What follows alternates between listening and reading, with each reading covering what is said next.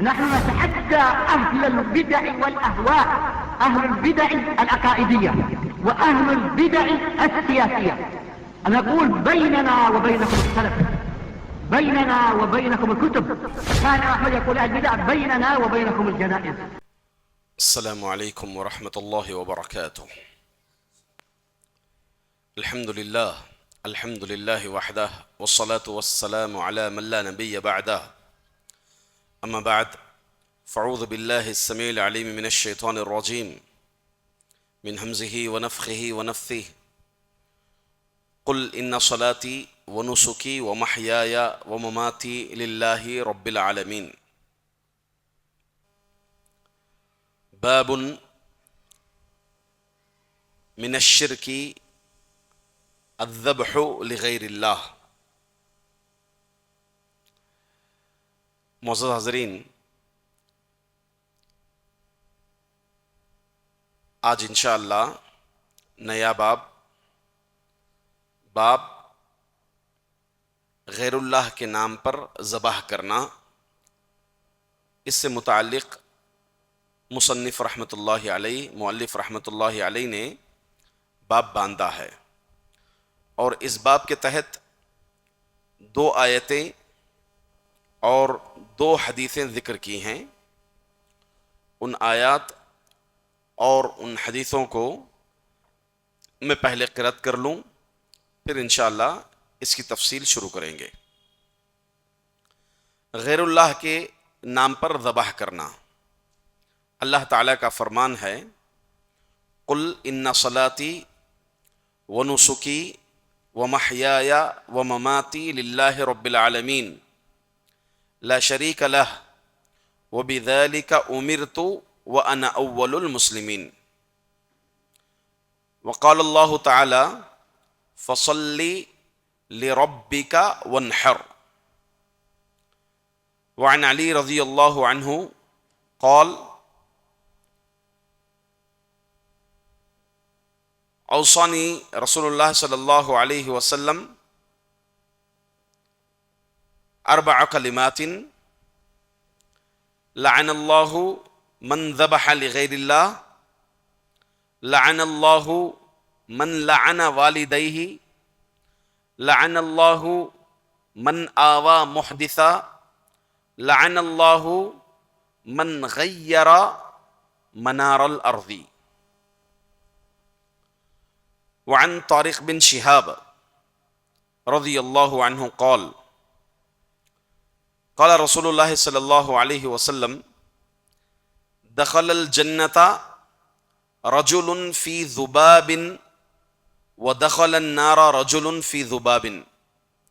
قالوا وكيف ذلك يا رسول الله صلى الله عليه وسلم؟ قال مر رجلان على قوم لهم صنم لا يجاوزه أحد حتى يقربوا له شيئا، فقالوا لأحدهما قرب، قال ليس عندي شيء أقرب. قالوا له قرب ولو ذبابا، فقرب ذبابا، فخلوا سبيله فدخل النار.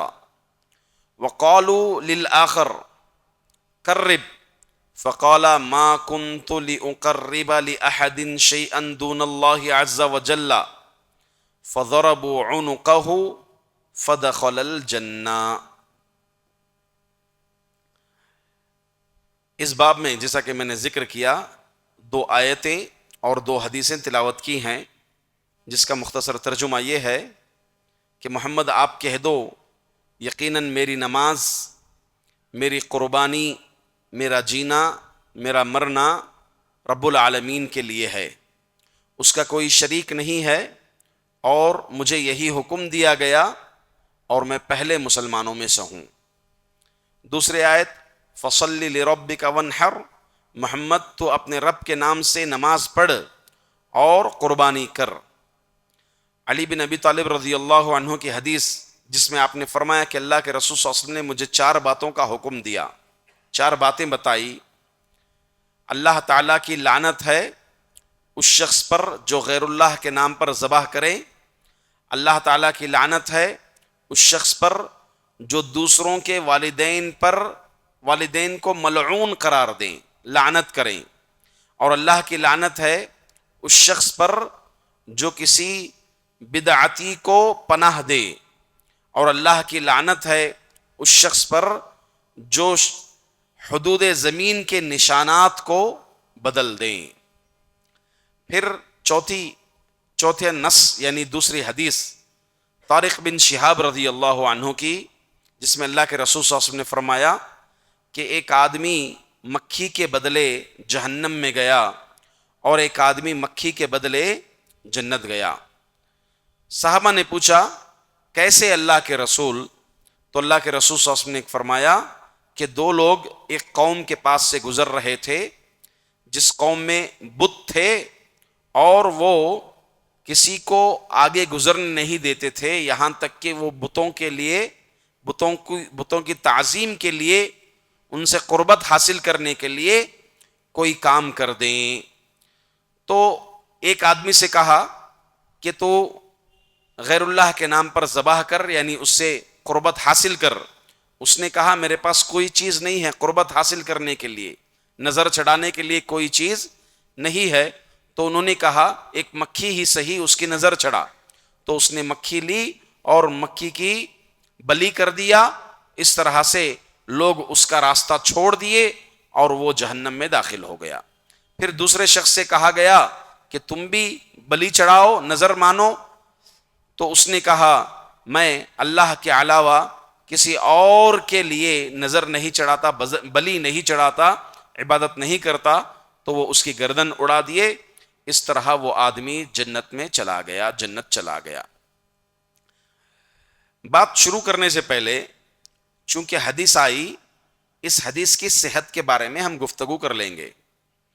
یہ حدیث اس کو نقل کیا گیا ہے امام احمد بن احمد رحمۃ اللہ علیہ اپنی کتاب الزہد کے اندر، اور ابو نعیم حلیہ کے اندر اس کتاب کو ذکر کیے ہیں۔ یہ حدیث 3 طرح سے ضعیف ہے۔ ایک، اس میں جو سلمان کا ذکر آ رہا ہے یہ مرسل ہیں، یعنی اس طرح سے کہ انہوں نے اللہ کے رسول صلی اللہ علیہ وسلم سے کوئی بات نہیں لی، اور اس طرح سے یہ صحابی رسول بھی نہیں ہو سکتے، یہ صحابی رسول بھی نہیں ہو سکتے۔ تو ایک تو اس ناحیے سے کیا ہو گئی، یہ حدیث ضعیف ہو گئی۔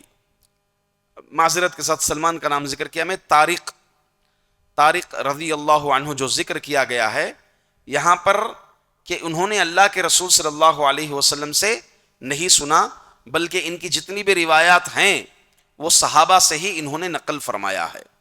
اور دوسری، اس میں جو اعمش ہیں یہ معنعن راوی ہیں، عنعنا کہتے ہیں، یہ حدیث کی اصطلاح میں عنعنا اس شخص کو کہتے ہیں جو تدلیس کرتا ہے۔ تو ان کے متعلق مشہور ہے اعمش ایک مدلس راوی ہیں، تو یہ مدلس تدلیس ہونے کی وجہ سے یہ حدیث کیا ہو گئی، ضعیف ہو گئی۔ اور تیسری، یہ اثر سلمان پر موقوف ہے۔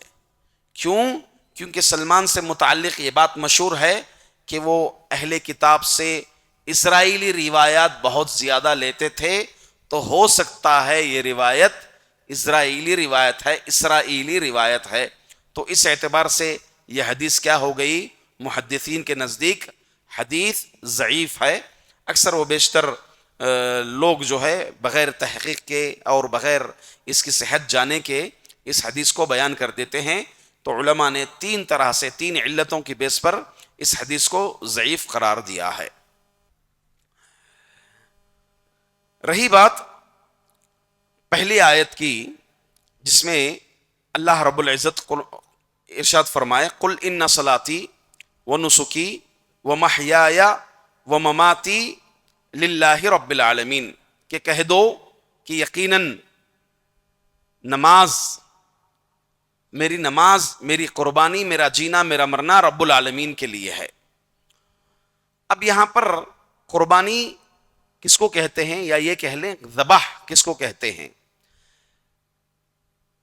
کیونکہ یہاں پر صرف غیر اللہ کے نام پر قربانی ہی نہیں، بلکہ کوئی بھی جانور غیر اللہ کے نام پر ذبح کرنا شرک ہے. اس کی تفصیل ہم جانتے ہیں. سب سے پہلے اس کا لغوی معنی ذبح کا کیا ہے جان لیں گے. ذبح کا لغوی معنی ہوتا ہے کاٹنا.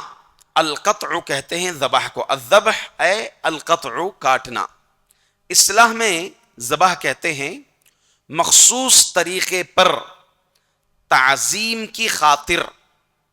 مخصوص طریقے پر. مخصوص طریقہ کیا ہے؟ جانور کو لٹایا جاتا ہے، اس کی گردن پکڑی جاتی ہے اور چھری سے ذبح کیا جاتا ہے. یہ مخصوص طریقہ ہے. مخصوص طریقے پر تعظیم کی خاطر. جانور کس لیے ذبح ہو رہا ہے؟ تعظیم. جس کے نام پر بھی ہم ذبح کر رہے ہیں اس کی عظمت اور اس سے تقرب حاصل کرنے کے لیے جانور ذبح کیا جاتا ہے. خون بہانا، روح نکالنا. یہاں خون بہایا جائے یہاں تک کہ اس کی روح نکل جائے، اس کو کہتے ہیں ذبح. ذبح کی 3 قسمیں ہیں. ایک مشروع ذبح. مشروع یعنی شریعت میں مطلوب ہے، اس کو کہتے ہیں مشروع. دوسرا مباح ذبح. مباح کس کو کہتے ہیں؟ اصولیین کی اصطلاح میں مباح جس کے کرنے اور نہ کرنے پر کوئی گناہ یا کوئی سزا نہ ہو، اس کو مباح کہتے ہیں. 5 اصطلاحات ہیں اصولیین کے نزدیک: واجب، مندوب، حرام، مکروہ، مباح. واجب کرنے پر ثواب، نہ کرنے پر گناہ. مندوب کرنے پر ثواب، نہ کرنے پر کوئی گناہ نہیں ہے. حرام کرنے پر گناہ، نہ کرنے پر ثواب ہے. مکروہ کرنے پر گناہ نہیں ہے، نہ کرنے پر ثواب ہے. اور 5واں جو ہے مباح، جس کے کرنے اور نہ کرنے پر کوئی گناہ اور کوئی نیکی نہیں ہے، اس کو مباح کہتے ہیں.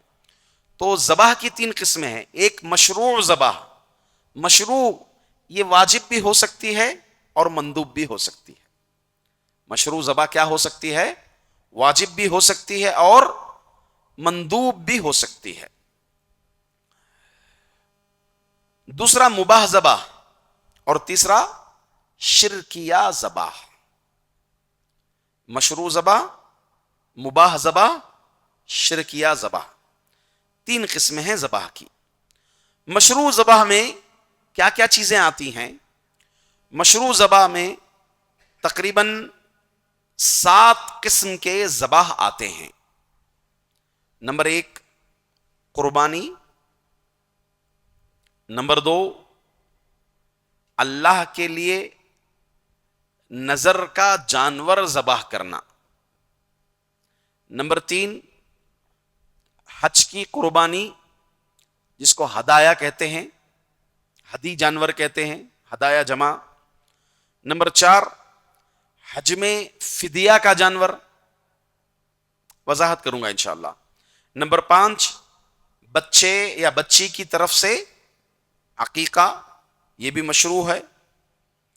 اسی طرح اللہ کے تقرب کی خاطر، قربت الہی کی خاطر صدقہ کرنا، جیسے کوئی مدرسے کے لیے، غریبوں کے لیے، مسکینوں کے لیے جانور ذبح کرتے ہیں اور اس جانور کا گوشت صدقہ کرتے ہیں. نمبر 7 مہمان نوازی کے لیے جانور ذبح کرنا. مباح ذبح اس کی 3 قسمیں ہیں، 2 قسمیں ہیں. نمبر 1 جیسے قصائی، قصاب لوگ جانور ذبح کرتے ہیں اور مقصود کیا ہوتا ہے؟ گوشت بیچنا، تو یہ مباح ہے.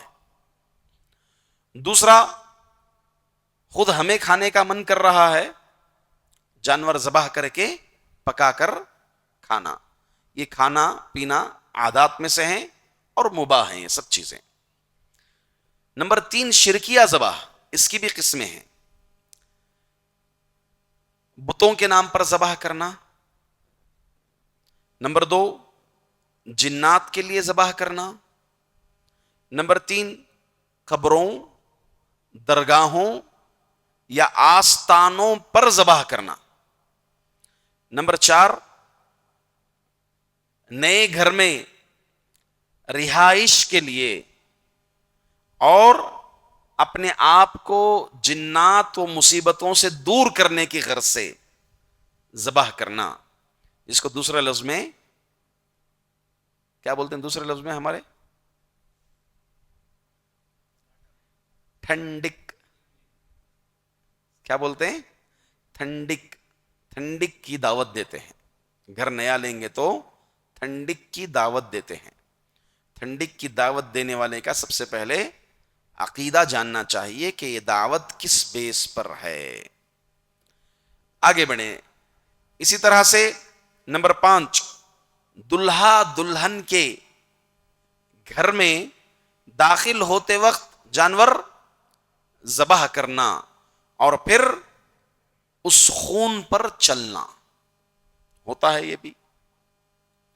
اسی طرح سے اللہ کے لیے ذبح کرنا، ذبح تو اللہ کے لیے کرنا، مگر ذبح کے وقت اللہ کو چھوڑ کر دوسروں کا نام لینا۔ یہ 3 قسموں کی قسمیں ہیں یہ۔ اب ایک ایک قسم پر ہم مختصراً گفتگو کرتے ہوئے بات کو آگے بڑھائیں گے۔ سب سے پہلے قربانی۔ قربانی کے متعلق اس کے احکام مسائل تو ہیں، میں شارٹلی کچھ مسائل اشارہ کرتے ہوئے چلتا ہوں۔ قربانی، اس کا حکم کیا ہے؟ بتائیں آپ لوگ، کیا حکم ہے قربانی کا؟ قربانی کرنا واجب ہے یا قربانی کرنا مندوب ہے؟ قربانی کرنا حرام ہے یا مکروہ ہے یا مباح ہے؟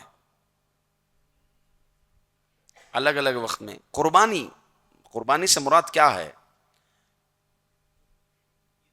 عید میں کرتے ہیں، عید الاضحیٰ کے موقع پر جو کرتے ہیں وہ قربانی یہاں پر مراد ہے، اسی کا ذکر ہو رہا ہے۔ تو کیا ہے؟ واجب ہے، مندوب ہے قربانی؟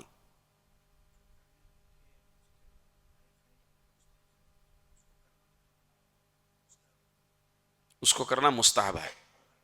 دوسروں پر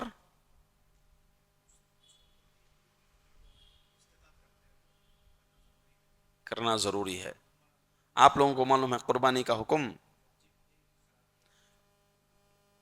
واجب بھی ہے، مستحب بھی ہے۔ کچھ لوگوں کے لیے واجب ہے، جن کے پاس وسعت ہے زیادہ ان کے لیے واجب ہے، جن کے پاس اتنی وسعت نہیں ہے تو ان کے لیے مستحب ہے، یہ کہنا چاہ رہے ہیں۔ جی آپ جانتے قربانی نہیں کرتے؟ صاحب نصاب، کون سا؟ زکوٰۃ کا نصاب۔ صاحب نصاب بولے تو وہی زکوٰۃ کا نصاب والا، جو زکوٰۃ دے سکتا ہے وہ قربانی دے گا، اس پر واجب ہے۔ قربانی کا حکم علماء کے صحیح قول کے مطابق سنن مؤکدہ میں سے ہے، چاہے وہ مالدار ہو چاہے غریب ہو۔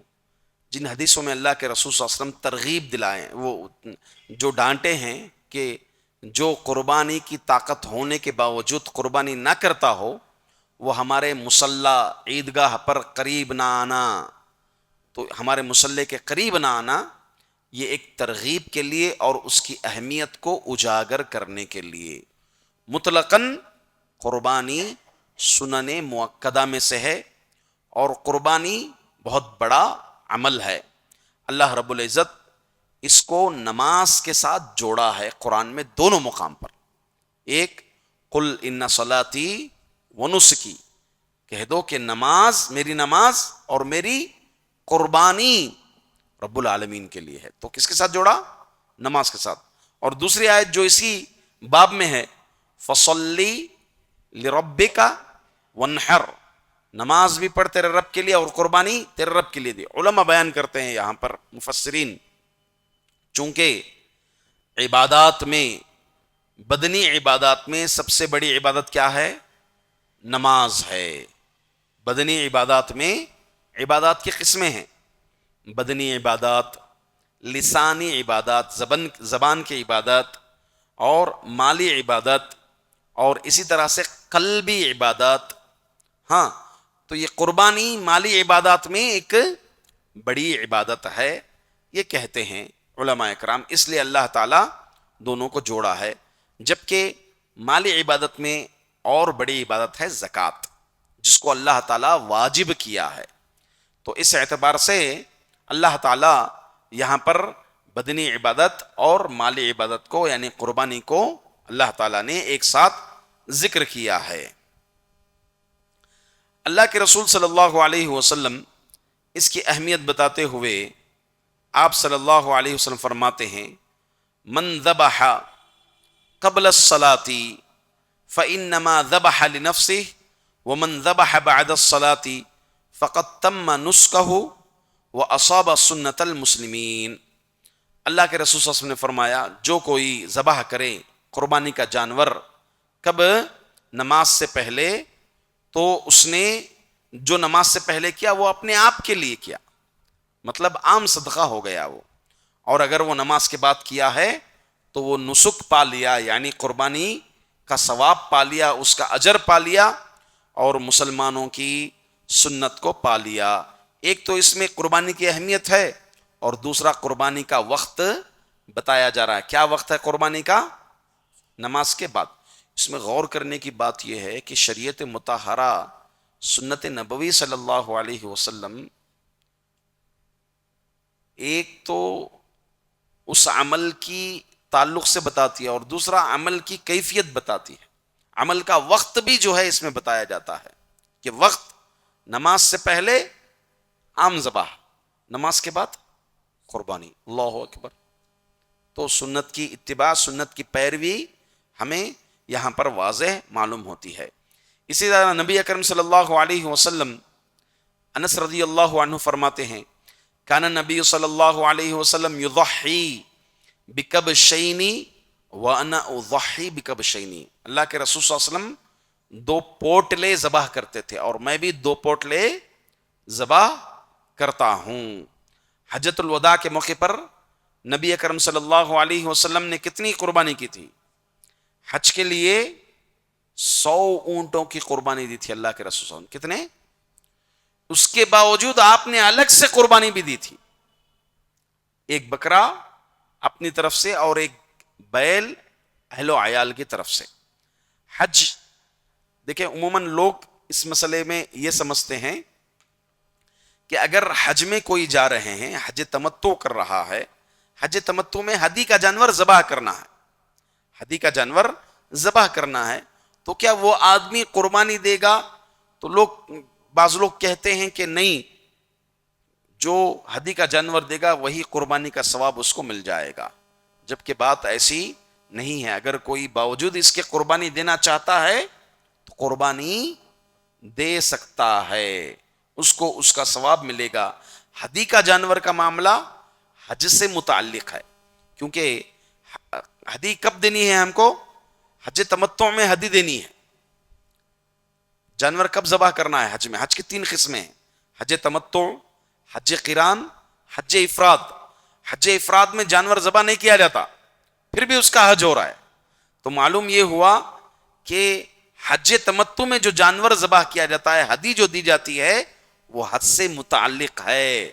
جبکہ قربانی اگر کوئی دیتا ہے تو اس کے لیے جائز ہے، مشروع ہے اس کے لیے، وہ چاہے تو قربانی دے سکتا ہے.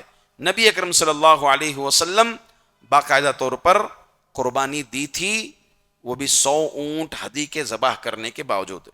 اسی طرح سوال یہ ہے کہ کیا مستقل کسی کی جانب سے، مرحوم کی جانب سے قربانی دے سکتے ہیں یا نہیں؟ یہ ایک مسئلہ ہے، اس کو بھی جاننا ضروری ہے.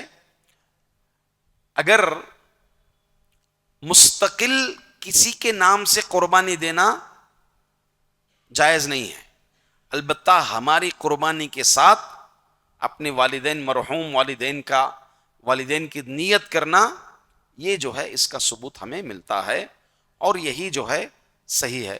البتہ نبی اکرم صلی اللہ علیہ وسلم کے متعلق جو علی رضی اللہ عنہ فرماتے ہیں ضحى علي رضي الله عنه بكبشين كبش عن النبي صلى الله عليه وسلم وكبش عن نفسه وقال أمرني رسول الله صلى الله عليه وسلم أن أضحي عنه فأنا أضحي أبدا. اب رضی اللہ عنہ دو بکرے ذبح کیے، ایک اللہ کے رسول صلی اللہ علیہ وسلم کی طرف سے اور ایک اپنی طرف سے، اور آپ نے فرمایا کہ اللہ کے رسول صلی اللہ علیہ وسلم نے مجھے حکم دیا ہے، مجھے وصیت کی ہے کہ میں ان کی طرف سے ذبح کروں، قربانی کروں، اور میں ہمیشہ کروں گا.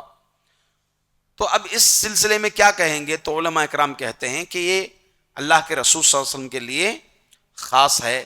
اب دیکھیں، اگر ایسا جانب سے کرنا جائز ہوتا تو دیگر صحابہ بھی کرتے تھے. اللہ کے رسول صلی اللہ علیہ وسلم نے وصیت کی علی رضی اللہ عنہ کو، تو یہ ان تک ہی محدود ہے.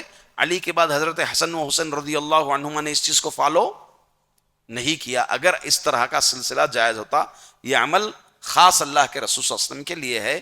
بقیہ مرحوم اپنے والدین کی طرف سے مستقل ایک جانور یہ ہماری طرف سے، وہ امی ابا کی طرف سے، اس طرح سے دینا درست نہیں ہے. بجائے اس کے ایسا دیں کہ ہمارے مرحوم والدین کی بھی نیت کر کے ہم ایک جانور یا دو جانور جو بھی کر رہے ہیں، ہمارے ساتھ ان کی بھی نیت کر لینا، یہی چیز جو ہے ثابت ہے. تو یہ قربانی سے متعلق کچھ مختصر سی باتیں تھیں. اسی طرح سے مزید قربانی کا وقت بھی کیا ہے؟ 10 ذی الحج، 11 ذی الحج، 12 ذی الحج اور 13 ذی الحج کے غروب آفتاب سے پہلے تک، یعنی عصر کے بعد تک بھی انسان جو ہے قربانی دے سکتا ہے. مگر اس میں افضل وقت یہ ہے کہ وہ عید کے نماز کے فوری بعد دیں. اور مسنون یہ ہے کہ جانور کا کسی عضو کو وہ بنا کر کے صبح کھائیں ڈائریکٹ.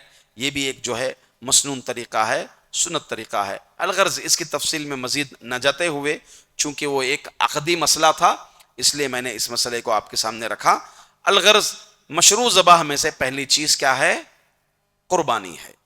دوسرے نمبر پر اللہ کے لیے نظر کا جانور ذبح کرنا.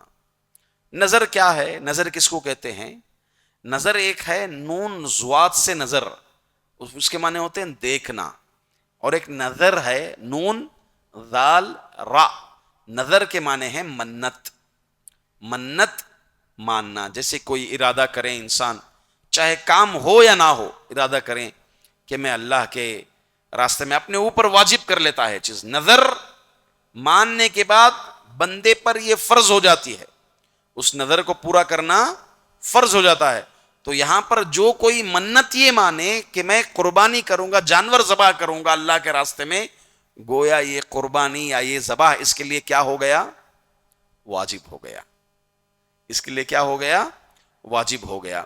تو کوئی نظر مانے کہ میں اللہ کے راستے میں ذبح کروں گا، نظر ماننے کے بعد اس نظر کو پوری کرنا چاہیے، اس نظر کو پوری کرنا چاہیے. اگر کوئی نظر پوری نہیں کرتا تو اس کو کفارہ دینا چاہیے. کفارہ نظر کا کیا ہے؟ وہی کفارہ ہے جو قسم کا کفارہ ہے. کیا ہے کفارہ قسم کا؟ فکفارتہ اطعام 10 مساکین من اوسط ما تطعمون من اہلیکم او کسوتہم او تحریر رقبہ. 3 آپشنل ہیں: 10 مسکینوں کو کھانا کھلانا، یا 10 مسکینوں کو کپڑے پہنانا، یا غلام آزاد کرنا. اب یہ غلامی کا سسٹم تو نہیں ہے. اگر یہ 3 آپشن میں سے نہیں ہو سکا، طاقت نہیں ہے کھلانے کی، 3 دن کے روزے رکھنا. یہ کفارہ قسم کا ہے، اور یہی کفارہ نظر کا ہے. نظر جو مانی جائے گی وہ اللہ کی معصیت میں نہیں مانی جائے گی، بلکہ اللہ کی فرما برداری میں نظر مانی جائے گی.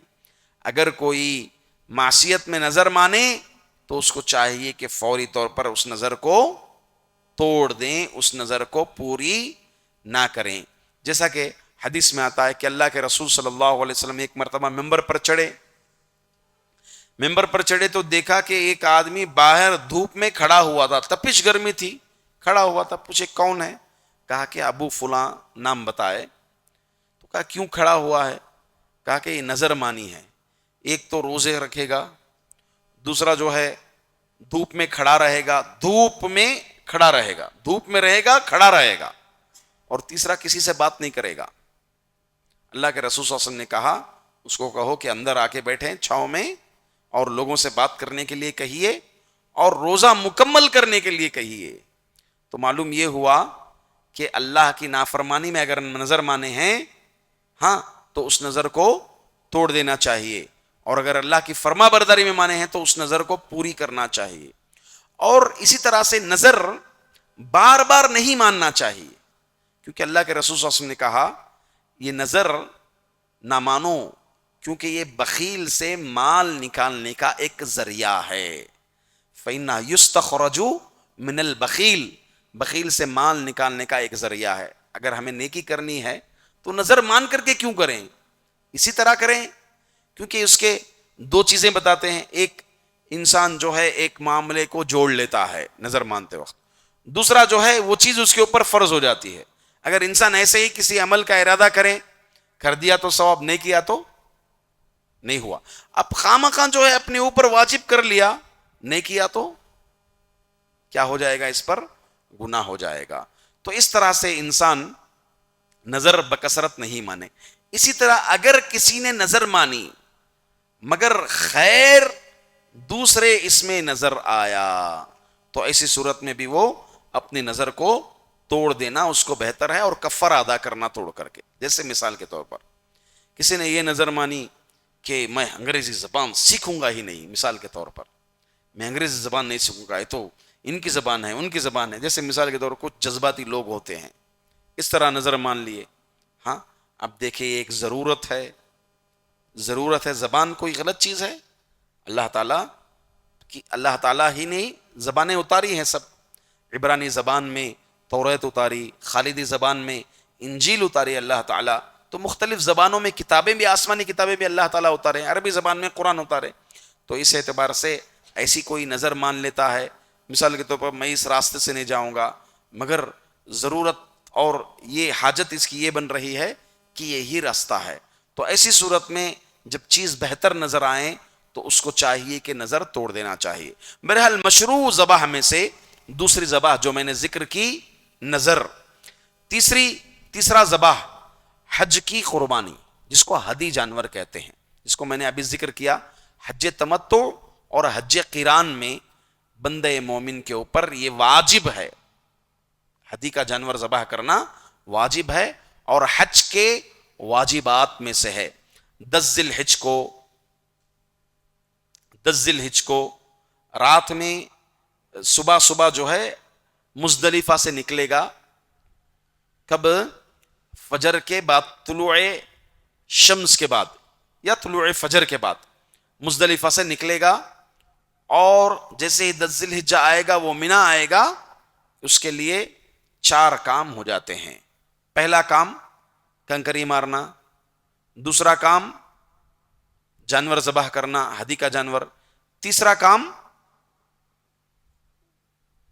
بال کٹوانا، اور چوتھا کام طواف افاضہ یا طواف زیارہ اس کو کہتے ہیں۔ یہ تو حج کے رکن میں سے ہے، یہ 3 کام واجبات میں سے ہیں۔ یہ بالترتیب کرنا سنت ہے، اگر ترتیب ضرورت کے تحت ترتیب الٹی پلٹی کر سکتے ہیں، یعنی پہلے جانور ذبح کر لی، یا پہلے بال منڈوا لیے، یا پھر جو ہے پہلے قربانی کر دیے۔ تو یہ ہدی کا جانور کرنا حاجی کے لیے، تمتع حج کرنے والے حاجی کے لیے، یا پھر مقرن حج قران کرنے والے حاجی کے لیے یہ جانور کا ذبح کرنا ہدی جانور کا واجب ہے۔ اسی طرح سے ذبح کی چوتھی قسم میں سے حج میں جو واجبات ترک کیا رہتا ہے، واجبات میں غلطی کیا رہتا ہے۔ دیکھیں حج میں 3 چیزیں ہوتی ہیں، کسی بھی عبادت میں، آپ نماز میں بھی 3 چیزیں ہیں، ارکان، واجبات، سنن۔ اسی طرح حج میں بھی 3 چیزیں، ارکان، واجبات، سنن۔ روزے میں بھی 3 چیزیں، ارکان، واجبات، سنن۔ حج میں 3 چیزیں ارکان میں اگر کسی رکن میں غلطی ہو جائے، جیسے رکن کیا ہے؟ نیت کرنا یعنی احرام باندھنا، اور اسی طرح سے طواف کرنا، اسی طرح سے وقوف عرفہ ہے، طواف افاضہ ہے، یہ حج کے ارکان میں سے ہیں۔ اگر کوئی رکن چھوٹ گیا کسی کو، اس کا حج ہی نہیں ہوا۔ جیسے آپ نماز میں کوئی رکن چھوڑ دیے، وہ رکعت ہی نہیں ہوئی، رکعت نہیں ہوئی تو وہ نماز نہیں ہوئی۔ جیسے سورۃ الفاتحہ ہے، جس نے سورۃ الفاتحہ رکعت میں نہیں پڑھا، وہ اس کی رکعت نہیں ہوئی، رکعت نہیں ہوئی تو اس کی نماز نہیں ہوئی۔ تو ویسے ہی حج میں واجب ارکان ہے، رکن چھوٹ گیا تو حج باطل ہو گیا، اس کو اگلے سال پھر آگے جو ہے حج دوبارہ کرنا پڑے گا۔ دوسرے ہیں واجبات۔ واجبات کئی چیزیں ہیں، جیسے وقوف رات میں مینا میں قیام، اور کب 10 ذی الحجہ کی رات، 11 ذی الحجہ کی رات، 12 کی اور 13 کی، اور اسی طرح سے مزدلفہ میں مزدلفہ کی رات گزارنا، اور پھر یہ 3 اعمال جو ذکر کیا میں وغیرہ، یہ سب واجبات حج میں سے اگر کہیں غلطی ہو جائے تو اس کو فدیہ دینا چاہیے، فدیے کے طور پر جانور ذبح کرنا چاہیے، اس کو بولتے ہیں حج کا فدیہ۔ یا تو استطاعت نہیں ہے تو وہ پھر روزے رکھنا چاہیے، اس کے لیے وہ بھی آپشن ہے۔ تو یہ جو حج میں غلطی کرنے کی وجہ سے، اسی طرح احرام کے واجبات ہوتے ہیں۔ احرام آپ جو پہنے، خوشبو نہیں لگائیں گے، بال نہیں کاٹیں گے، شکاری نہیں کریں گے، نکاح نہیں کریں گے، نکاح کسی کا پڑھیں گے بھی نہیں، خطبہ یہاں تک کہ خطبہ منگنی نہیں کریں گے، یہاں تک کہ شکار کرنے والے کو، شکاری کو اشارہ بھی نہیں کریں گے کہ جانور وہاں ہیں۔ کب؟ احرام کی حالت میں۔ اگر کوئی ایسا کر دیتا ہے تو اس نے جو محظورات احرام ہیں، احرام کی جو محظورات ہیں، اس میں سے ایک کی اس نے غلطی کر دی، تو ایسی صورت میں یہ کیا کرے گا؟ جانور فدیہ دے گا۔ اس کو کفارات الحج بھی کہا جاتا ہے۔ تو کتنے ہو گئی؟ 4 ہو گئی۔ نمبر 5، بچے کی طرف سے عقیقہ کرنا۔ عقیقہ، اس کا حکم کیا ہے؟ کیا ہے عقیقہ کا حکم؟ سنت مؤکدہ ہے، واجب عقیقہ نہیں ہے بلکہ سنت مؤکدہ ہے۔ اللہ کے رسول صلی اللہ علیہ وسلم نے فرمایا جب بچہ پیدا ہوتا ہے تو وہ مرہون ہوتا ہے، شیطان کے گریبان میں ہوتا ہے، تو اس طرح عقیقے کے ذریعے سے اس سے رہا، ایک طرح سے آزادی دلائی جاتی ہے۔ عقیقہ لڑکے کی طرف سے 2 بکرے دینا چاہیے، اور لڑکی کی طرف سے بچی اگر پیدا ہوئی تو 1 بکرا دینا چاہیے۔ بعض فقہا جو ہے یہاں پر 1 جانور یا 2 جانور مراد لیتے ہیں، یعنی اس طرح سے وہ جانور جو قربانی میں کر سکتے ہیں وہ قربانی عقیقے میں بھی کر سکتے ہیں۔ جیسے کیا کیا دے سکتے ہیں قربانی میں؟ اونٹ اس کی قسمیں، گائیں اس کی قسمیں، بکرا اس کی قسمیں، چھیلی، دمبا وغیرہ جو بھی ہیں، جتنے بھی اقسام آتی ہیں۔ مگر راجح قول کے مطابق یہ نہیں ہے، جبکہ کبار سعودی عرب کا بھی فتویٰ ہے یہ کہ گائیں بھی جو ہے عقیقے میں دے سکتے ہیں، مگر صحیح قول کے مطابق یہ جو ہے علماء کے جو اقوال اکٹھا ہیں اس کے مطابق یہ ہے کہ بکرا ہی دینا چاہیے، کیونکہ سنت رسول صلی اللہ علیہ وسلم کی خوبی یہ ہے کہ نوعیت عبادت کی نوعیت بھی جو ہے تعین ہو جاتی ہے۔ تو بچے کی طرف سے 2 اور بچی کی طرف سے 1، یہ کتنے دن کرنا ہے؟ 7ویں دن کرنا ہے۔ 7ویں دن کرنا سنت ہے۔ اگر کسی کو 7ویں دن نہیں ہوا تو وہ 14ویں دن کرنا ہے۔ اگر 14ویں دن نہیں ہوا تو 21ویں دن دینا ہے۔ اگر وہ بھی نہیں ہوا تو جب طاقت ہوئے تب کرنا ہے۔ یہ ایک حدیث ہے، مگر یہ حدیث ضعیف ہے۔ حدیث کیا ہے؟ یہ ضعیف ہے۔ عقیقہ اگر 7ویں دن نہیں کر سکتے تو جب اس کو میسر ہو تب کر لینا چاہیے۔ 8ویں دن بھی کر سکتا ہے، 9ویں دن بھی کر سکتا ہے۔ جو 14ویں اور 21ویں دن کی جو تعین ہے حدیث میں، اس حدیث کو علماء اکرام نے صحیح تحقیق کے مطابق یہ حدیث کیا ہے؟ ضعیف ہے۔ تو عقیقے کی بات ہو گئی۔ اس کے بعد نمبر 5 کیا ہے؟ اللہ کی قربت کی خاطر، قربت الہی کی خاطر صدقہ کرنا، صدقے میں جانور ذبح کرنا۔ جیسے کسی نے ارادہ کیا ہو کہ میں جانور ذبح کر کے غریبوں کو تقسیم کروں، میں جانور ذبح کر کے مدرسے کے بچوں کو گوشت کھلاؤں، جانور ذبح کر کے دیگر فقراء و مساکین میں میں گوشت کھلاؤں تو یہ اور اس سے مقصود کیا ہو؟ اللہ کی تعظیم اور اللہ کی قربت مراد ہو، اس نیت سے جو کرتے ہیں یہ بھی شریعت میں مشروع ہے۔ اسی طرح سے مہمان نوازی کے لیے جانور ذبح کرنا، اور عرب کا یہ معمول ہوتا تھا زمانے جاہلیت میں۔ تو کیا ہوتا تھا، اگر کوئی مہمان آ گیا تو اس کی مہمان نوازی میں جوش میں آ کر اونٹ کا جو کوہان ہوتا تھا، جانوروں کے کوہان کو کاٹ کر کے زندے اس سے جو ہے کاٹ کر کھلا دیتے تھے۔ جانوروں کے ساتھ بڑا ناروا سلوک ہوتا تھا۔ اسلام آیا تو صحیح معنی میں جانوروں کے ساتھ سلوک کیسا کرنا ہے یہ اسلام تعلیمات دیتا ہے۔ اللہ کے رسول صلی اللہ علیہ وسلم نے دیکھا ایک آدمی جو ہے اپنی چھری تیز کر رہا ہے، جانور کو، بکری کو جو ہے پیر رکھا ہوا ہے، اس کی دونوں آنکھیں پھٹی ہوئی پھاڑ کر وہ چھری کی طرف دیکھ رہا ہے۔ آپ صلی اللہ علیہ وسلم نے کہا اتريد ان تموت موتتن، کیا بھئی 2 مرتبہ مرنا چاہتا ہے؟ تو اس کو جب ذبح کرنا ہے تو پہلے ہی چھری کو تیز کر لیں، پھر بآسانی سے اس کو ذبح کر دیں۔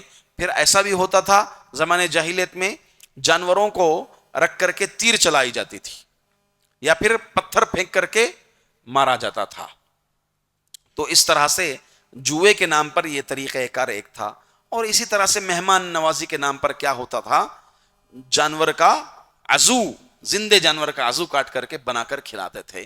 اللہ کے رسول صلی اللہ علیہ وسلم نے فرمایا حدیث کے الفاظ کہ زندے جانور کا حصہ کاٹ کر کے کھلانا یہ مردے کے ہی حکم میں ہے، یعنی مردار جانور جس طرح مردہ جانور کھا سکتے ہیں نہیں کھا سکتے، تو زندے جانور کا کوئی حصہ کاٹ کر کے کھانا یہ مردے کے ہی حکم میں ہے، اللہ کے رسول صلی اللہ علیہ وسلم نے فرمایا۔ اس طرح سے اگر کوئی مہمان آتا ہے تو مہمان نوازی کے طور پر جانور کو ذبح کر کے اس کا گوشت کھلانا، جیسا کہ ہمیں کئی روایتیں ملتی ہیں۔ ایک قصہ میں سنا کر انشاءاللہ اپنی بات کو آگے بڑھوں گا۔ ایک مرتبہ حدیث میں آتا ہے، مفہوم اس کا میں ذکر کروں گا۔ اللہ کے رسول صلی اللہ علیہ وسلم بھوک کی شدت کی وجہ سے گھر سے باہر نکل جاتے ہیں، گھر سے باہر نکل جاتے ہیں۔ کس وجہ سے؟ بھوک کی شدت۔ نبی، وقت کے خلیفہ، لیڈر، ہاں معزز بندے اللہ کے، بھوک لگ رہی ہے، گھر پہ کھانا نہیں ہے، گھر کے باہر آ گئے۔ پھر دیکھیں ادھر ابو بکر، گھر پہ کھانا نہیں ہے، گھر کے باہر، ادھر عمر، گھر کے باہر، کھانا نہیں ہے گھر پہ۔ تینوں کی ملاقات، کیا بھئی کس چیز نے تم کو باہر نکالے؟ کہا کہ بھوک نے ہمیں باہر نکالے۔ اللہ کے رسول صلی اللہ علیہ وسلم کہتے ہیں کہ مجھے بھی وہی چیز باہر نکالی جو تم کو باہر نکالی۔ اللہ کے رسول صلی اللہ علیہ وسلم بشر تھے، یہ بھی اس میں ایک دلیل، کہ بھوک کس کو لگتی ہے؟ انسان کو بھوک لگتی ہے۔ تو بہرحال اس کے بعد تینوں مل کر چلو فلاں صحابی کے گھر جائیں گے، نام بھول رہا ہوں میں صحابی کا، الغرض وہ صحابی کے گھر جاتے ہیں۔ وقتی طور پر صحابی نہیں ہوتے، صحابیہ ان کی بیوی ہوتی ہیں۔ پھر جو ہے صحابی آتے ہیں، خوش ہو جاتے ہیں، اتنے مہمان میرے پاس بہترین مہمان آئے۔ پھر فوری طور پر دودھ جانور کا عطا فرماتے ہیں۔ اس کے بعد ایک جانور کو پکڑ کر لے کے جاتے ہیں، حمل سے ہوتا ہے وہ جانور، تو اللہ کے رسول صلی اللہ علیہ وسلم کہتے ہیں کہ نہیں، اسے نہیں، وہ جانور کو ذبح کرنا۔ پھر دوسرے جانور کو ذبح کر کے علی الفور جو ہے بنا کر کے کھلایا جاتا ہے۔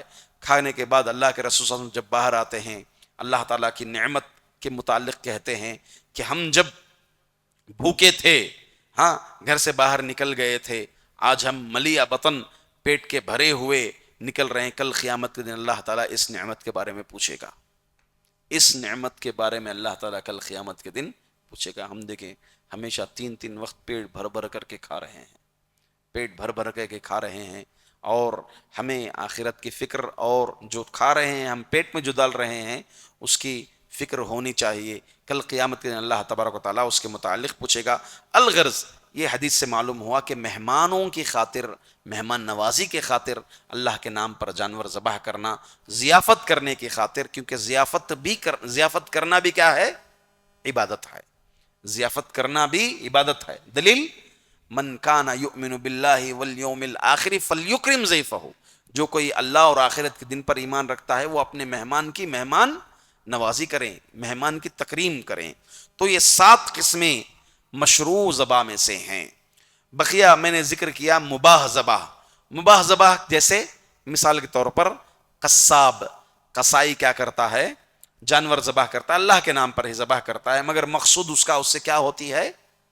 تجارت ہوتی ہے، تجارت ہوتی ہے، گوشت کو تول کر باقاعدہ طور پر 1 kg پر آدھے kg پر پیسہ کماتا ہے، پھر اس کے اعضا بیچتا ہے، اس طرح سے یہ کام کیا ہے؟ مباح ہے۔ اسی طرح آدمی اپنے لیے، اپنے پاس جانور ہیں، جانور ذبح کیے اور جانور کیا کر لیے؟ پکا کر کے کھائے اپنے گھر پر، گھر کے لیے، تو یہ بھی جو ہے مباح ہے۔ ہاں ایک بات میں اس کو ہٹ کر بتا دوں، دیکھیں ایک مومن بندے کے لیے مباح کام میں بھی اگر نیک نیت ہو تو یہ مباح کام بھی ثواب میں بدل جاتا ہے، نیت اس کی کیا ہو؟ نیک ہو۔ ہاں نیک نیت، یہی اس آیت کی شرح میں آتا ہے وَمَا خَلَقْتُ الْجِنَّ وَالْإِنسَ إِلَّا لِيَعْبُدُونَ، ہم نے جن و انس کو تقرب کے توحید کے لیے پیدا کیا ہے۔ تو یہ اللہ تعالیٰ جو پیدا کیا، ہمارا ہر وقت، ہر سیکنڈ، ہر منٹ عبادت میں بدلنا ہے تو نیت نیک رکھنی ہے، کیونکہ انسان کی زندگی میں اکثریت مباح چیزیں ہی آتی ہیں، کھانا پینا سونا، ہاں کھیلنا ٹہلنا دیکھنا گفتگو کرنا، یہ سب مباحات ہیں۔ اس میں بھی اگر نیک نیت ہو تو یہ ہمارے مباح کام عبادات میں بدل جاتے ہیں۔ سو رہے اس نیت سے ہم سوئے کہ میں ابھی کچھ حصہ سو کر کے رات کو انشاءاللہ تہجد کے لیے اٹھوں گا، اس نیت سے سویا تو اس کا سونا بھی کیا ہو گیا؟ ثواب ہو گیا، عبادت ہو گیا اس کا سونا بھی۔ کوئی کھیلتا ہے اس خاطر کہ میں اللہ کے میدان میں، دعوت کے میدان میں ایکٹیو رہوں، اس مقصد سے کھیلتا ہے، گیم کھیلتا ہے، جائز گیم کھیلتا ہے شرعی حدود کو پامال نہ کرتے ہوئے، تو اس کا کھیلنا بھی کیا ہے؟ ثواب ہے، یاد رکھ لیں۔ تفریح کرتا ہے، ٹہلتا ہے اس خاطر کہ میں صحت مند رہوں، یہ اللہ تعالیٰ کی دی ہوئی نعمت ہے، صحت جسم اللہ تعالیٰ کی دی ہوئی نعمت ہے، میں اپنی صحت برقرار رکھوں تاکہ میں ایکٹیو رہوں، نشیط رہوں، لمبا لمبا قیام کر سکوں۔ اس مقصد سے اگر کوئی ٹہلتا بھی ہے، تفریح بھی کرتا ہے، تو یہ بھی کیا ہے؟ ثواب ہے، عبادت ہے۔ کوئی ٹور پہ جاتا ہے اس مقصد کے لیے کہ اللہ تعالیٰ کی قدرت کا نظارہ دیکھیں اور اپنے ایمان کو قلبی اعتبار سے اپنی توحید کو پختہ کریں، تو اس کا ٹور جانا بھی کیا ہو گیا؟ عبادت ہو گیا۔ اللہ تعالیٰ کی ان نعمتوں کو دیکھ کر کے اللہ کا شکر ادا کرتا ہے تو زبان سے بھی اس اعتبار سے کیا ہو گیا؟ عبادت ہو گیا۔ الغرض مباح چیزوں کو بھی انسان ایک مومن عبادات میں بدل سکتا ہے۔ تیسری قسم جو میں نے بیان کی وہ ہے شرکیہ ذبح۔ کیا ہے؟ شرکیہ ذبح۔ شرکیہ ذبح میں تقریباً 6 چیزیں میں نے نوٹ کی تھی، اس کو ذکر کیا تھا، اور مزید آپ لوگ جانتے ہیں اس کو بھی آپ لوگ ذکر کر سکتے ہیں۔ جیسے مثال کے طور پر بتوں کے نام پر ذبح کرنا، جیسا کہ زمانہ جاہلیت میں اور خود اللہ کے رسول صلی اللہ علیہ وسلم کے دور میں مشرکین ذبح کرتے تھے بتوں کے نام پر، بتوں کے نام پر ذبح کرتے تھے۔ جیسے پچھلے درس میں نے تبرک کے باب میں زمانہ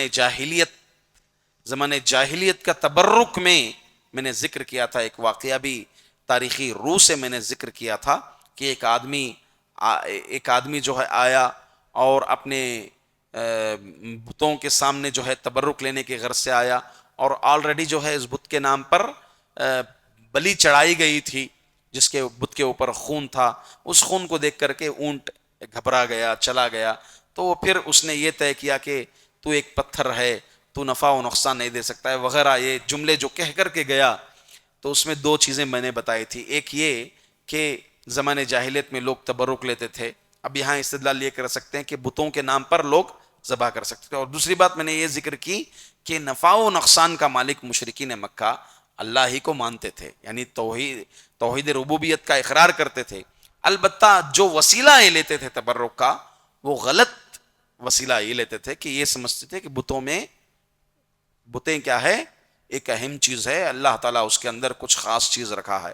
وہ واقعہ خصوصاً جنگ طائف جب ہوئی، اللہ کے رسول صلی اللہ علیہ وسلم طائف کو بھیجے، صحابہ رسول نام ذہن سے نکل رہا ہے مجھے، طائف کو بھیجے، ایک تو علی رضی اللہ عنہ کو بتیں پھوڑنے کے لیے بھیجے، اس کے علاوہ ایک صحابی کو بھیجے طائف، ساتھ میں خالد بن ولید رضی اللہ عنہ بھی تھے، 2 صحابہ گئے تھے طائف۔ وہ اس کی صحت پر گرچہ کلام ہے، البتہ اس کو تقریباً دیگر کتابوں میں ذکر کی گئی، حدیث کی روح سے نہیں بتا رہا ہوں میں، تاریخی روایت سے ہی کتاب سے جو مطالعہ تھا اس کا بیان کر رہا ہوں، اور مصدر مجھے ابھی یاد نہیں آ رہا۔ الغرض گئے جانے کے بعد جب طائف والے اسلام قبول کر لیے تھے اور نئے نئے اسلام قبول میں تھے، پھر بھی بتوں کے تعلق سے ایک طرح سے ذہن میں چیز بیٹھی ہوئی تھی، تو فوری طور پر جب توڑنے کے لیے صحابی گئے، فوری طور پر لوگ کہے کہ اگر تم اس کو توڑیں گے تو یہ تمہیں نقصان پہنچا دیں گے، تمہیں کچھ نقصان پہنچا دیں گے۔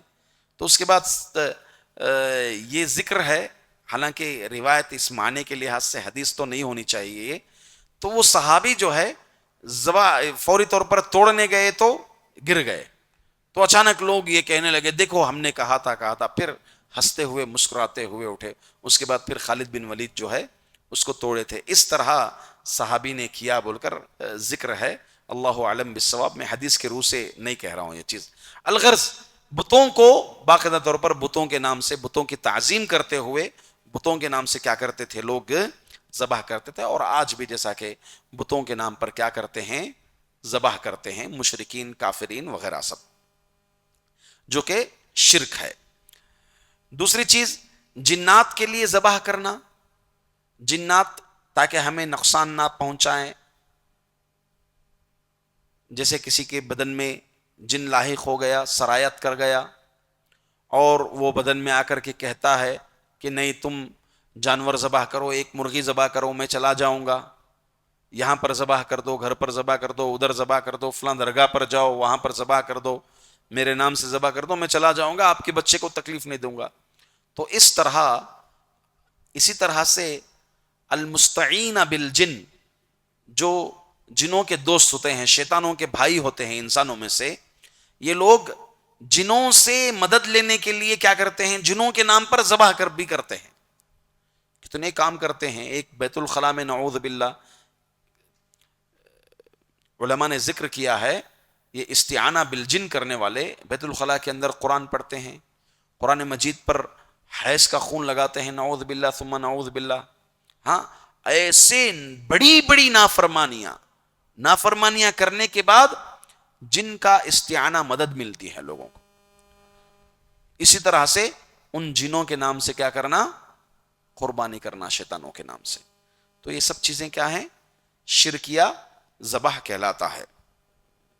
اسی طرح قبروں، درگاہوں یا آستانوں پر ذبح کرنا، خصوصیت کے ساتھ لوگ جاتے ہیں، اجمیر جاتے ہیں اور یہ مستانی ماں درگاہ جاتے ہیں، فلاں گلبرگہ کے اندر بڑے بڑے درگاہیں بزرگوں کے نام پر جاتے ہیں، ان درگاہوں پر کیا کرتے ہیں، جانوروں کو چھوڑ بھی دیتے ہیں، اور اسی طرح سے جانوروں کو وہیں پر ذبح کر کے ان کے نام سے جو ہے کھانا کھلاتے ہیں ادھر کے اطراف و اکناف لوگوں کو۔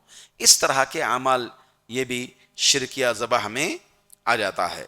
اسی طرح نئے گھر میں رہائش سے قبل، جیسے میں نے کہا تھا اس کو تھنڈک میں اگر عقیدہ یہ ہے، لوگ عموماً اسی عقیدے کے بیس پر کرتے ہیں، کیا عقیدہ، گھر میں ایک دعوت کرا دے تو پریشانیاں مصیبتیں نہیں آتے، تو اب نہیں بولے تو نہیں جانا چاہیے، ہاں نہیں بولے تو اگر واضح، ہاں نہیں بولتے ہیں، اگر ہم ان کے عقیدے سے کچھ واقفیت ہیں تو شک سے بچنا، کیونکہ اتنا بڑا جرم ہے، اتنا بڑا حرام کام ہے، اس سے بچنا زیادہ بہتر ہے، تو بچ جانا چاہیے۔ اگر کوئی بس خوشی کے نام سے دعوت دیتا ہے، گھر پر، گھر نیا لیا ہے، ہاں، یا گھر شفٹ ہوا ہے، بڑا گھر لیا ہے، اس نام سے یہ کرتے ہیں، تو شریعت میں یہ مباح ہے، جائز ہے، شریعت میں کوئی رکاوٹ اس نام پر نہیں ہے، جیسے کوئی بھی دیگر خوشیوں کی بیس پر جو ہے دعوتیں کرواتے ہیں، تو اس طرح سے جائز ہے۔ یہ تھنڈک کے نام پر بالکل قطعاً درست نہیں ہے۔ یہی وہ شیخ محمد بن عبد الوہاب رحمۃ اللہ علیہ کے متعلق جو واقعہ منقول ہے توحید کے درس پر، وہ اپنے شاگردوں کو توحید کا درس دیتے تھے، کون؟ محمد بن عبد الوہاب رحمۃ اللہ علیہ۔ تو شاگردوں نے ایک بار طلب کی کہ ہم لوگ روز توحید کا درس ہی پڑھ رہے ہیں، بجائے اس کے ہم کوئی دوسرا سبجیکٹ بھی پڑھیں گے۔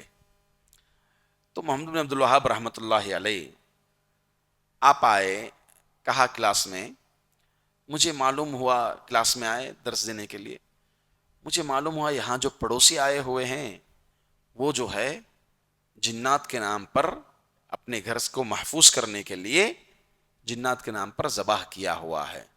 تو طلبہ آپس میں برات کا اظہار کیا، رہے کتنا عجیب آدمی ہے، شرکیہ کام کر رہا ہے. اگر میں پھر بھی تحقیق کروں گا کہ واقعی وہاں پر کیا معاملہ ہے، کیا ماجرا ہے گھر کا. پھر دوسرے دن درس کے لیے آئے، کہا کہ اصل ماجرا جو ہم نے کل ذکر کیا وہ ماجرا نہیں ہے، ماجرا وہاں پر یہ ہے کہ وہ لوگ وہاں پر ایک لڑکے نے، بیٹے نے اپنی ماں کے ساتھ بدکاری کر لی. اس چیز کو جیسے سنے سب بری طرح سے، کتنے عجیب ہے، کتنا پاگل ہے، کیا عقل نہیں ہے اس کو، ماں کے ساتھ بدکاری وغیرہ وغیرہ وغیرہ. تو محمد بن عبد الوہاب رحمۃ اللہ علیہ فرمائے اب یہاں بات یہ معلوم ہوئی کہ آپ ابھی عقیدے میں پختہ نہیں ہوئے. کیوں؟ اگر کوئی توحید پر ہے، یقیناً ماں کے ساتھ بدکاری بہت بڑا گناہ ہے، فطرت سے بغاوت ہے. اگر کوئی اس حالت میں مر گیا، توحید پر تھا مگر اس نے بدکاری کی، وہ جنت جائے گا نہیں جائے گا؟ جائے گا نہیں جائے گا بھائی؟ یقیناً جائے گا. گرچہ اس کے گناہ بھگتنے کے بعد آخری معاملہ تو جنت ہے، کیونکہ توحید پر مرا ہے وہ. اس کے بالمقابل اگر کوئی اس حالت میں مر گیا، یہ کیا ہے؟ یہ شرک فی العبادہ والشرک فی الاستعانہ، ایاک نعبد و ایاک نستعین. شرک فی الاستعانہ و شرک فی العبادہ، ایاک نعبد و ایاک نستعین. عبادت میں بھی شرک ہو رہا ہے اور اس طرح سے استعانت میں بھی کیا ہو رہا ہے؟ شرک ہو رہا ہے. الغرض یہ بھی شرکیہ ایک صورت ہے. اسی طرح دلہا دلہن گھر پر آتے ہیں تو ذبح کر کے خون پر وہ کھندلتے ہوئے جاتے ہیں. اس طرح یہ عقیدہ ہوتا ہے کہ گھر جو آئی، اب جتنے بھی مسائل ہوں گے، مشکلات، پریشانیاں، ایسی سب چیزیں ان کی زندگیوں میں، دلہا دلہن کی زندگیوں میں نہیں ہوں گی. ایک طرح سے خوشیاں ہی خوشیاں ان کی زندگی میں آئے گی. اور یہاں پر بھی مقصود جنات کے نام پر ہی، غیر اللہ کے نام پر ہی ذبح کرنا مقصود ہوتا ہے. اسی طرح ذبح تو اللہ کے لیے کر رہے ہیں، ذبح اللہ کے لیے ہی کر رہے ہیں، مگر نام کس کا لے رہے ہیں؟ غیر اللہ کا. بنیادی لحاظ سے یہ باب جو مصنف رحمت اللہ علیہ نے ذکر کیا ہے، کیا باب ہے؟ باب شرک میں سے ہے غیر اللہ کے نام پر ذبح کرنا. ذبح جو اللہ کے نام پر کی جاتی ہے، دو چیزیں اس میں مقصود ہوتی ہیں. ایک قصد، عقیدہ، قصد تعظیم لرب العالمین والتقرب لرب العالمین، اللہ کی تعظیم اور اللہ کا تقرب. ایک قصد، دو شرطیں ہیں یاد رکھ لیجئے بنیادی طور پر ذبیحہ حلال ہونے کے لیے. ایک قصد، ارادہ، عقیدہ. دوسرا ذبح کرتے وقت نام، بسم اللہ، بسم اللہ اللہ اکبر، بسم اللہ اللہ اکبر. یہ دونوں شرط ہیں وہ ذبیحہ عبادت ہونے کے لیے، مشروع ہونے کے لیے، اور اس ذبیحے کا گوشت حلال ہونے کے لیے. اور ان دونوں شرط میں سے ایک شرط بھی اگر فاقد ہے تو شرک ہے. اس کی 4 صورتیں ہمارے پاس بنتی ہیں. نمبر 1 شرط، تعظیم بھی مقصود اللہ کی ہے، نام بھی اللہ کا لیا جا رہا ہے. یہ پہلی صورت ہے. یہی ہمارے لیے کیا ہے؟ حلال ہے. اور ذبح کرنے والا یا جس کی جانب جو ذبح کروا رہا ہے وہ ایک طرح سے عبادت کی قسم ادا کر رہا ہے. دوسری صورت، نام بھی غیر اللہ کا اور قصد بھی، تعظیم بھی غیر اللہ کی. اس طرح سے یہ استعانت اور عبادت دونوں اعتبار سے شرک ہو گیا. کیسے؟ تقرب کس کا ہونا چاہیے؟ استعانہ، مدد کس سے ہونی چاہیے؟ اللہ سے. تو یہ تقرب کس سے لے رہا ہے؟ غیر اللہ سے لے رہا ہے. قربانی ایک عبادت ہے، اللہ کو چھوڑ کر کے غیر اللہ کا نام لے کر قربانی ذبح کر رہا ہے، تو عبادت میں بھی کیا کر دیا؟ یہ شرک کر دیا تو توحید ربوبیت میں اس نے شرک، توحید الوہیت میں شرک فی الالوہیہ کر دیا ہے۔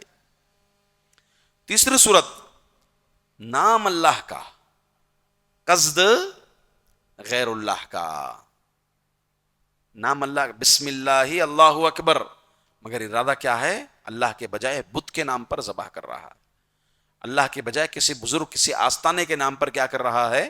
ذبح کر۔ 8:15 بجے اذان ہے نہیں؟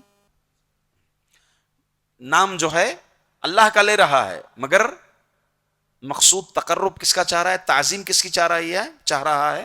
غیر اللہ کی تعظیم چاہ رہا ہے، تو یہ بھی اس کا کھانا بھی حرام ہے، وہ جانور بھی حرام ہے، اس کا ذبح شدہ دونوں چیزیں کیا ہیں؟ حرام ہے۔ چوتھی چیز، نام غیر اللہ کا مگر قصد اللہ کا، تو یہ شرک فی العبادت ہو گیا، تو یہ بھی کھانا حرام ہے، یہ جانور بھی حرام ہے۔ تو یہ تینوں صورتیں جس میں اللہ کا نام، ہاں اگر کوئی جان بوجھ کر کے اللہ کا نام نہیں لیتا، قصد اللہ کے لیے ہی ہے مگر جان بوجھ کر کے اللہ کا نام لیتا، علماء کہتے ہیں کہ اس کی حد وہ بھی قربانی نہیں کرنی چاہیے، وہ جانور بھی نہیں کھانا چاہیے۔ اگر بھول گیا ما حرج، جان بوجھ کر کے چھوڑتا ہے تو وہ گنہگار ہوگا، اس طرح سے علماء اکرام بتاتے ہیں، اور بعض علماء یہ کہتے ہیں کہ اس جانور کو نہیں کھایا جائے گا۔ الغرض یہ 4 شکلیں، 4 صورتیں ذبح سے متعلق ہمارے سامنے آتی ہیں کہ شرک کب ہوتا ہے، اور اسی طرح سے شرک فی الربوبیہ، شرک فی العبادت اور شرک فی الاستعانت کب ہوتی ہے، غیر اللہ کے نام پر ذبح کرنا۔ اور تقریباً مؤلف رحمۃ اللہ علیہ کا یہی مقصود ہے کہ لوگ جو غیر اللہ کے نام پر ذبح کرتے ہیں، غیر اللہ کے نام پر ذبح کر کے کس طرح سے شرک کرتے ہیں، اس باب میں یہی بتانا مؤلف رحمۃ اللہ علیہ کا مقصود ہے۔ تو 2 آیتیں، قل ان صلاتی و نسکی و محیایا و مماتی، میرا جینا میرا مرنا مطلب کیا ہے؟ یعنی جی رہے تو صرف اللہ کی رضا کے لیے، اللہ کو خوش کرنے کے لیے، مرنا اگر موت بھی ہو تو اللہ کے لیے ہی ہماری موت، یعنی آخری ہمارا خاتمہ بھی توحید پر ہونا چاہیے، یہی اللہ تعالیٰ کا حکم ہے۔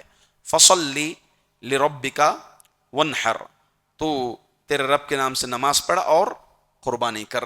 تو یہاں پر ونحر میں علماء نے، ایک تو بعض علماء مفسرین نے قربانی کی تخصیص کی ہے، صرف قربانی کی عبادت ہے، جبکہ بعض مفسرین نے ذکر کیا ہے کہ ہر قسم کا ذبح جو اللہ کے نام پر ہوتا ہے، جو مشروع ذبح میں نے اقسام ذکر کی تھی 7 قسمیں تقریباً، تو یہ 7 قسموں یہاں پر ذبح کی مراد ہو سکتی ہیں۔ اور وہ حدیث جس میں حضرت علی بن ابی طالب رضی اللہ عنہ راوی ہیں کہ اللہ کے رسول صلی اللہ علیہ وسلم 4 لوگوں پر لعنت کی ہیں، ایک جو غیر اللہ کے نام پر ذبح کرتا ہے اس پر اللہ کی لعنت۔ اللہ کی لعنت سے کیا مراد ہے؟ اللہ کی رحمت سے دھتکارا ہوا انسان، اسی لیے شیطان ملعون ہے کیونکہ وہ اللہ کی رحمت سے دھتکارا ہوا ہے، یہ اللہ کی لعنت سے مراد ہے۔ فرشتوں کی لعنت بھی سنتے ہیں آپ، وَلَعْنَةُ الْمَلَائِكَةِ، فرشتوں کی لعنت سے کیا مراد ہے؟ فرشتوں کا بد دعا کرنا، فرشتوں کا بد دعا کرنا، یہ فرشتوں کی لعنت سے مراد ہے۔ لوگوں کی لعنت والناس اجمعین بول کر آتا ہے، یا پھر مومنوں کی لعنت آتی ہے، اس سے کیا مراد ہے؟ لوگوں کا یہی لعن تان کرنا، کیسا انسان بھائی، کیا برا قسم کا ہے، بدتر انسان، یہ جو لعن تان کرتے ہیں وہ انسانوں کا مراد ہے۔ یہ اللہ کی لعنت سے مراد اللہ کی رحمت سے دور ہوا انسان۔ لعن اللہ من لعن والدیہ، اور اس پر بھی اللہ کی لعنت ہے جو دوسروں کے والدین کو لعن تان کرتا ہے۔ اسی لیے حدیث میں کہا گیا اگر کوئی انسان کسی کے والدین کو گالی دے گا تو وہ کیا کرے گا؟ اس کے والدین، تو سبب کون بنا اپنے والدین کو گالی دینے کا؟ یہ خود سبب بنا۔ جب سبب یہ بنا اپنے والدین کو گالی دینے کا، جب یہ سبب بنا تو گویا یہ اللہ کی ناراضگی کا سبب ہو گیا، کیونکہ والدین راضی اللہ راضی، اور اللہ تعالیٰ اپنی توحید کے ساتھ والدین کو ذکر کیا، کیونکہ اللہ تعالیٰ، کیونکہ والدین ہی اسباب ہیں اولاد کے پیدا ہونے میں، بچے کے پیدا ہونے میں۔ اسی طرح جو کوئی کسی بدعتی کو پناہ دے گا اس پر بھی اللہ کی لعنت ہے۔ کیا مراد ہے بدعتی کو پناہ دینا؟ مثال کے طور پر کوئی انسان بدعت کرتا ہے، اس کو ہم اپنے گھر میں نہیں رکھیں گے، یہ مراد نہیں ہے۔ یہاں پر اسلامی حکومت اور علماء نے اس کی وضاحت یہ کی، کوئی مجرم ہے اس پر اسلامی حکومت میں حد قائم ہو گئی ہے، اس پر حد نافذ ہو گئی ہے، اور وہ بھاگنا چاہتا ہے، بچنا چاہتا ہے، تو کوئی دوسرا مسلمان اس کو پناہ دیتا ہے تو وہ انسان مراد۔ مثال کے طور پر کسی نے زنا کیا، اب اس پر گواہی سب پیش ہو گئی، پورے جرم بھی ثابت ہو گیا، اب اس پر جو ہے حد نافذ ہوتی ہے۔ غیر شادی شدہ ہے تو 100 کوڑے، شادی شدہ ہے تو رجم۔ اب یہ بچ کر بھاگنا چاہتا ہے، ایک انسان دوسرا مسلمان اس کو چھپا لیتا ہے، بچا لیتا ہے، پناہ دیتا ہے، تو اس پر اللہ تعالیٰ کی لعنت ہے۔ یہاں پر یہ بھی علماء نے مراد لیا ہے۔ اسی طرح جو شخص زمین کے حدود کے نشانات کو بدلے اس پر بھی اللہ کی لعنت۔ یہ بھی مراد کیا ہے؟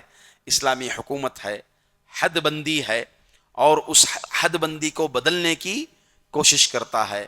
اس کو چونکہ ایک عہد و پیمان طے ہوتا ہے کہ یہ دائرہ آپ کا ہے، جیسا کہ اسی طرح سے خیبر کی زمین یہودیوں کو دی گئی تھی، ہے نا، وہاں سے کافی مال مسلمانوں کے لیے آتا تھا، ان کی زراعت وغیرہ سب، اس زراعت میں ایک معاہدہ طے ہوا تھا کہ آپ لوگ یہاں رہیں گے۔ یہود کو بھیج دیا گیا تھا، مدینے سے نکال دیا گیا تھا، رہیں گے یہاں پر، زراعت کریں گے، 50 آپ کا اور 50 مدینہ منورہ کو باقاعدہ طور پر بیت المال کو بھیج دیا جائے گا۔ تو اس کو کچھ بدلنے کی کوشش کریں، یہ حد کو توڑ کر کم کریں یا پھر بدلیں، ایسے تمام افراد اس ضمن میں داخل ہوتے ہیں، ان تمام پر اللہ کی لعنت۔